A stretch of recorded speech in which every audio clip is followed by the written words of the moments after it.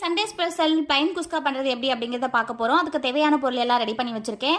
Tomato, onion, பச்சை மிளகாய், புதினா, இஞ்சி பூண்டு பேஸ்ட்டு எல்லாம் ரெடி பண்ணியிருக்கேன். அதுக்கு அடுத்தது மசாலா ஐட்டம்ஸ் வந்து பட்டை, லவங்கம், கிராம்பு இது எல்லாமே வந்து எடுத்திருக்கேன். அடுப்பை பற்ற வச்சு அடுப்பில் குக்கர் வச்சு தேவையான அளவு எண்ணெய் ஊற்றி எண்ணெய் சூடானதுக்கப்புறம் கட் பண்ணி வச்சுருக்கிற ஆனியனை சேர்த்துக்கோங்க. ஆனியன் வதங்கினதுக்கப்புறம் இஞ்சி பூண்டு பேஸ்ட்டு சேர்த்துக்கோங்க.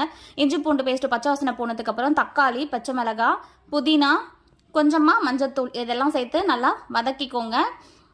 நல்லா வதங்கினதுக்கு அப்புறமா அதோட நாம் மசாலா ஐட்டம்ஸ் வந்து சேர்த்துக்க போகிறோம். 2 ஸ்பூன் மிளகாத்தூள், தேவையான அளவுக்கு உப்பு, மட்டன் மசாலா இது எல்லாத்தையும் சேர்த்து நல்லா வந்து நாம் வதக்கிக்கணும். நான் 1 கிளாஸ் அடித்து எடுத்திருக்கேன், அதனால 2 கிளாஸ் தண்ணி சேர்த்துக்கணும்.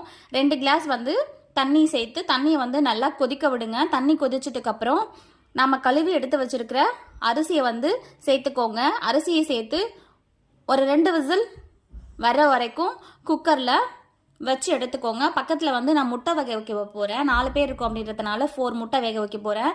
முட்டை வேக வச்சு எடுத்துட்ட உடனே நமக்கு ரைஸ் வந்து ரெடி ஆகிடுச்சு. பார்த்தீங்களா எவ்வளோ சூப்பராக ரெடி ஆகிருக்கு. நல்லா பலன்னு வந்திருக்குங்க. ஐ மீன் பொலன்னு இருக்கு அரிசி. பாருங்கள், பார்க்குறதுக்கு ஒன்றோட ஒன்று ஒட்டாமல் ரொம்ப சூப்பராக வந்திருக்கு. பாப்பாங்க செம்ம பசியில் இருக்காங்க. அவங்களுக்கு இப்போ கொடுக்க போகிறேன். சாப்பிட்டு பார்த்துட்டு எப்படி இருக்குது அப்படின்னா அவங்க தான் சொல்ல போகிறாங்க. ஸோ நீங்களும் கூட உங்கள் வீட்டு குட்டீஸ்க்கு இந்த மாதிரியான டிஷ்ஷை செஞ்சு கொடுங்க. ரொம்ப ஈஸியாக வெறும் 10 நிமிஷத்தில் வந்து நம்ம இந்த டிஷ்ஷை செஞ்சு கொடுத்துட முடியும். ஸோ இப்போ நான் பாப்பாங்களுக்கு கொடுக்க போகிறேன். அவங்க சாப்பிட்டு எப்படி இருக்குது அப்படின்னு சொல்ல போகிறாங்க. பாப்பாங்களுக்கு கொடுத்தாச்சு. சூப்பராக இருக்கு.